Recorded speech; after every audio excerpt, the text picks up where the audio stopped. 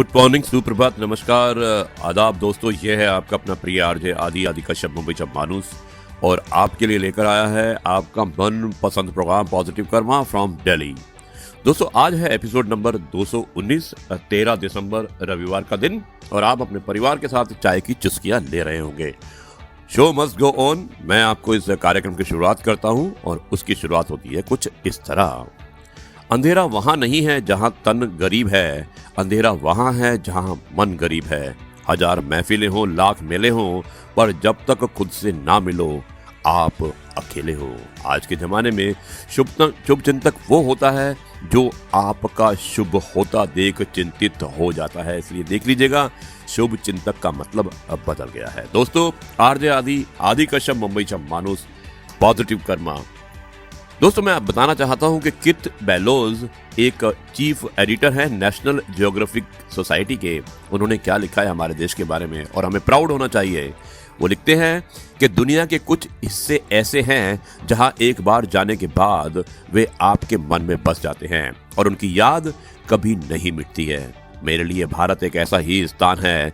जब मैंने यहाँ पहली बार कदम रखा तो मैं यहाँ की भूमि की समृद्धि, यहाँ की चटक हरियाली और भव्य वास्तुकला से, यहाँ के रंगों, खुशबुओं, स्वादों, ध्वनियों के शुद्ध संघन तीव्रता से अपने अनुभूतियों को भर लेने की क्षमता से अभिभूत हो गई। यह अनुभव कुछ ऐसा ही था जब मैंने दुनिया को उसके स्याह और सफेद रंग में देखा, जब मैंने भारत के जनजीवन को देखा और पाया कि यहाँ सभी कुछ चमकदार बहुरंगी है। दोस्तों किट बेलोज ने लिखा है, जो चीफ एडिटर हैं नेशनल जियोग्राफिक सोसाइटी की।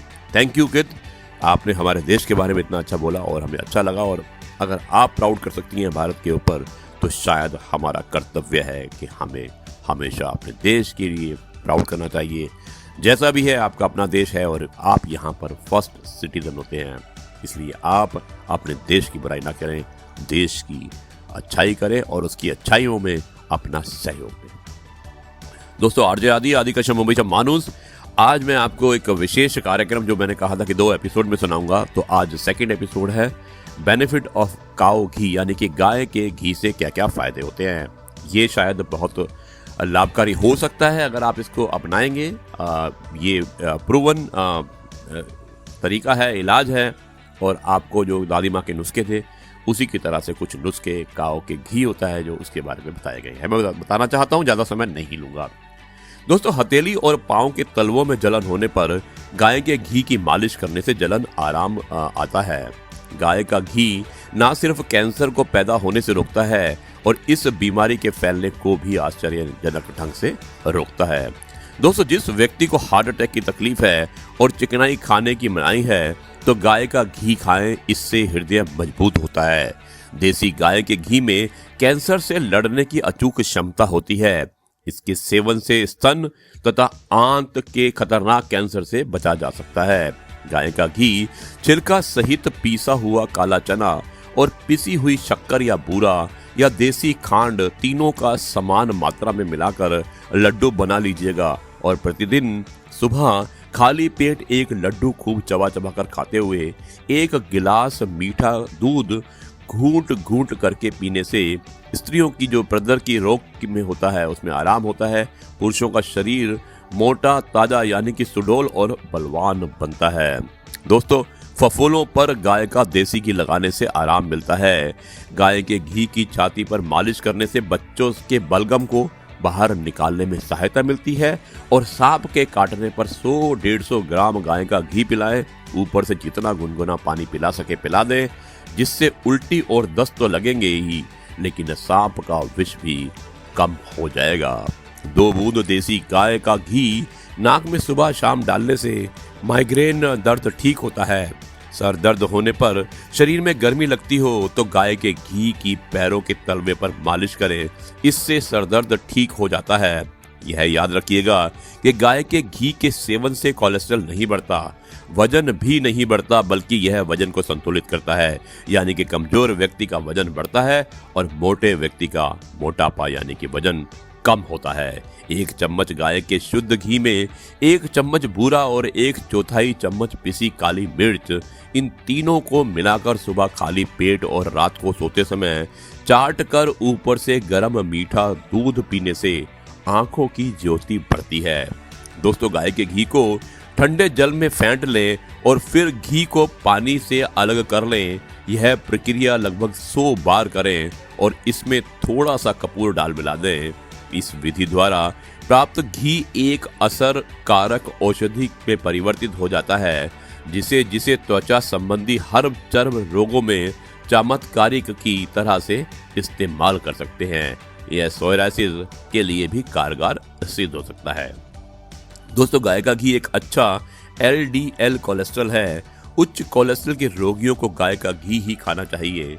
यह एक बहुत अच्छा टॉनिक है। और दोस्तों, अंत में अगर आप गाय के घी की कुछ बूंदें दिन में 3 बार नाक में प्रयोग करेंगे तो यह त्रिदोष यानी कि वात, पित्त और कफ को संतुलित करता है। यह है आपका अपना प्रिय आरजे आदि कश्यप मुंबईचा माणूस और आपके लिए लेकर आया है आपका मनपसंद प्रोग्राम पॉजिटिव कर्मा। मैं अभी मिलता हूं आपको एक कहानी सुनाने के लिए। जाइएगा मत, एक छोटे से ब्रेक के बाद।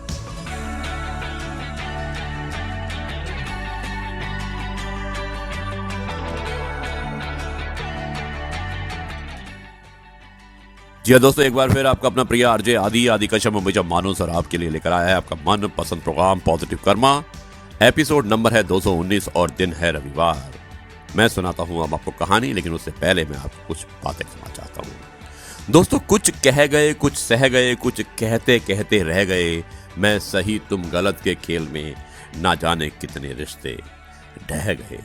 प्रशंसा चाहे कितनी भी करो, किंतु अपमान बहुत ही सोच समझ कर करना चाहिए, क्योंकि अपमान वो ऋण है जो हर कोई अवसर पर ब्याज सहित चुकाता अवश्य है। कर लिया कीजिए कभी दिल को भी सैनिटाइज, कर लिया कीजिए कभी दिल को भी सैनिटाइज, क्योंकि नफरत के वायरस यही जन्म लेते हैं। दोस्तों, आरजे आदि कश्यप मुंबईचा माणूस। अभी को असली मंजिल पाना बाकी है। अभी तो असली मंजिल पाना बाकी है। अभी तो इरादों का इम्तिहान बाकी है। अभी तो तोली है मुट्ठी भर जमीन। अभी तो तोली है मुट्ठी भर जमीन। अभी तोलना आसमान अब बाकी है। सुप्रभात दोस्तों, आरजे आदि कश्यप मुंबईचा माणूस। सोचने से कहाँ मिलते हैं तमन्ना के शहर, चलने की जिद भी जरूरी है मंजिलों के लिए। दोस्तों, अब मैं सुनाता हूँ आपको आज की कहानी और मुझे उम्मीद है कि ये कहानी आपको जरूर पसंद आएगी। कहानी बड़ी अच्छी कहानी है, प्रेरणादायक कहानी है और इस कहानी को आप ध्यान से सुनिएगा। मैं उम्मीद करता हूँ आरजे आदि विशेष में कुछ अलग हो जाए के अंतर्गत इस कहानी जिसका शीर्षक है 100 ऊंट। दोस्तों, राजस्थान के एक गांव में रहने वाला एक व्यक्ति हमेशा किसी न किसी समस्या से परेशान रहता था और इस कारण अपने जीवन में भी बहुत दुखी था। एक दिन उसे कहीं से जानकारी प्राप्त हुई कि एक पीर बाबा अपने काफिले के साथ उसके गांव में पधारे हैं। उसने तय किया कि वो पीर बाबा से मिलेगा और अपने जीवन की समस्याओं के समाधान का उपाय पूछेगा। शाम को वो उस स्थान पर पहुंचा जहां पीर बाबा रुके हुए थे। कुछ समय प्रतीक्षा करने के उपरांत उसे पीर बाबा से मिलने का अवसर प्राप्त हुआ। उसने प्रणाम किया और बोला, बाबा, मैं अपने जीवन में एक के बाद एक आ रही समस्याओं से बहुत परेशान हूँ। एक से छुटकारा मिलता नहीं कि दूसरी सामने खड़ी हो जाती है। घर की समस्या, काम की समस्या, स्वास्थ्य की समस्या और ना जाने कितनी ही समस्याएं। ऐसा लगता है कि मेरा पूरा जीवन समस्याओं से घिरा हुआ है। कृपा करके कुछ ऐसा उपाय बताएं कि मेरे जीवन की सारी समस्याएं खत्म हो जाएं और मैं शांतिपूर्ण और खुशहाल जीवन को जी सकूं। उसकी पूरी बात सुनकर पीर बाबा मुस्कुराए और बोले, बेटा, मैं तुम्हारी समस्या समझ गया। उन्हें हल करने के लिए मैं उपाय तुम्हें कल बताऊंगा। इस बीच तुम मेरा एक छोटा सा काम कर दो। वो व्यक्ति तैयार हो गया और खुश भी था, क्योंकि मुझे अब समस्याओं का हल मिलने वाला है एक दिन के बाद। तो पीर बाबा बोले, बेटा, मेरे काफिले में 100 ऊंट हैं। मैं चाहता हूं आज रात तुम उनकी रखवाली करो। जब सभी 100 के 100 ऊंट बैठ जाएं, तब तुम सो जाना। यह कहकर पीर बाबा अपने तंबू में सोने चले गए और व्यक्ति ऊंटों की देखभाल करने चला गया। अगली सुबह पीर बाबा ने उसे बुलाकर पूछा, बेटा तुम्हें रात को नींद तो अच्छी आई ना? कहाँ बाबा, पूरी रात मैं एक पल के लिए भी सो नहीं सका। मैंने बहुत प्रयास किया कि सभी ऊंट एक साथ बैठ जाएं ताकि मैं चैन से सो सकूं, लेकिन मेरा प्रयास सफल नहीं हो सका।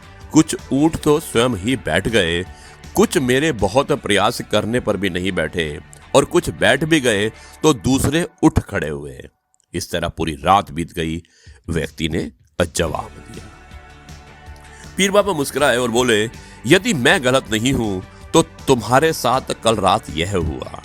कई ऊंट खुद ब खुद बैठ गए, कईयों को तुमने अपने प्रयासों से बैठाया, कई तुम्हारे बहुत प्रयासों के बाद भी नहीं बैठे। बाद में तुमने देखा कि वे उनमें से कुछ अपने आप ही बैठ गए। बिल्कुल ऐसा ही हुआ बाबा, व्यक्ति ने एकदम जवाब दिया। तब पीर बाबा ने उसे समझाते हुए कहा कि क्या तुम समझ पाए कि जीवन की समस्याएं इसी तरह होती हैं। कुछ समस्याएं अपने आप ही हल हो जाती हैं, कुछ प्रयास करने के बाद हल होती हैं, और कुछ प्रयास करने के बाद भी हल नहीं होती हैं। उन समस्याओं को समय के लिए छोड़ दो, सही समय आने पर ये अपने आप ही हल हो जाएंगी। कल रात तुम्हें अनुभव हो गया होगा कि चाहे तुम कितना भी प्रयास क्यों ना कर लो, तुम एक साथ सारे ऊंटों को नहीं बैठा सकते। तुम एक को बैठाते हो तो दूसरा खड़ा हो जाता है, और दूसरे को बैठाते हो तो तीसरा खड़ा हो जाता है। जीवन की समस्याएं इन ऊंटों की तरह है, एक समस्या हल होती नहीं तो दूसरी खड़ी हो जाती है, और समस्याएं जीवन का हिस्सा है और हमेशा ही रहेंगी। कभी ये कम है तो कभी ज्यादा। बदलाव तुम्हें स्वयं में लाना होगा, और हर समय इनमें उलझे रहने के स्थान पर इन्हें एक तरफ रखकर जीवन में आगे बढ़ना होगा। व्यक्ति को पीर बाबा की बात समझ में आ गई, और उसने निश्चय किया कि आगे से वो कभी अपनी समस्याओं को खुद पर हावी नहीं होने देगा। चाहे सुख हो या दुख, जीवन में आगे बढ़ता चलेगा। दोस्तों, कितनी बढ़िया कहानी थी। इसमें यही था कि समस्याएं आएंगी और जाएंगी, कभी भी आपको पैनिक नहीं होना चाहिए। कुछ समस्याएं अपने आप ठीक हो जाती हैं अगर हम सही समय का इंतजार करते हैं। कुछ समस्याओं को ठीक होने में समय लगता है, लेकिन आप उन समस्याओं से घिरे मत रहिएगा। आप अपने जो कार्य करना चाहते हैं उसकी तरफ ध्यान दीजिए, समस्या अपने आप हल हो जाएगी। यह है आरजे आदि आदि कश्यप मुंबई मानुस, और आपके लिए लेकर आया था आपका मनपसंद programme positive karma. Episode number था 219, और दिन आज रविवार 13 दिसंबर, और स्थान था नई दिल्ली। अब मैं इस कार्यक्रम को यहीं पर समाप्त करता हूँ। कल आपसे फिर मुलाकात करूंगा एक नई कहानी, नए किस्से और नई बातों के साथ। तब तक के लिए आपका आरजे आदि आपसे कहता है नमस्कार। जय हिंद, वंदे मातरम, भारत माता की जय। जय जवान, जय किसान।